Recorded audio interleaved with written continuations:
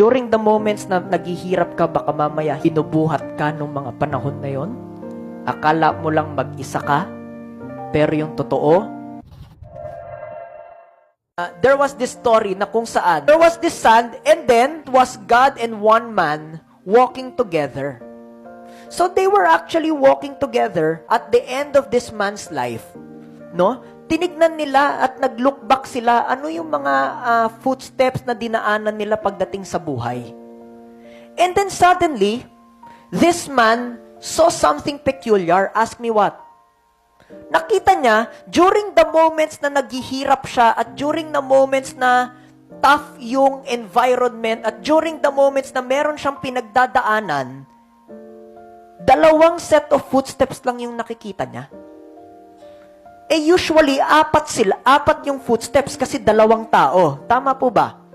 Pero during that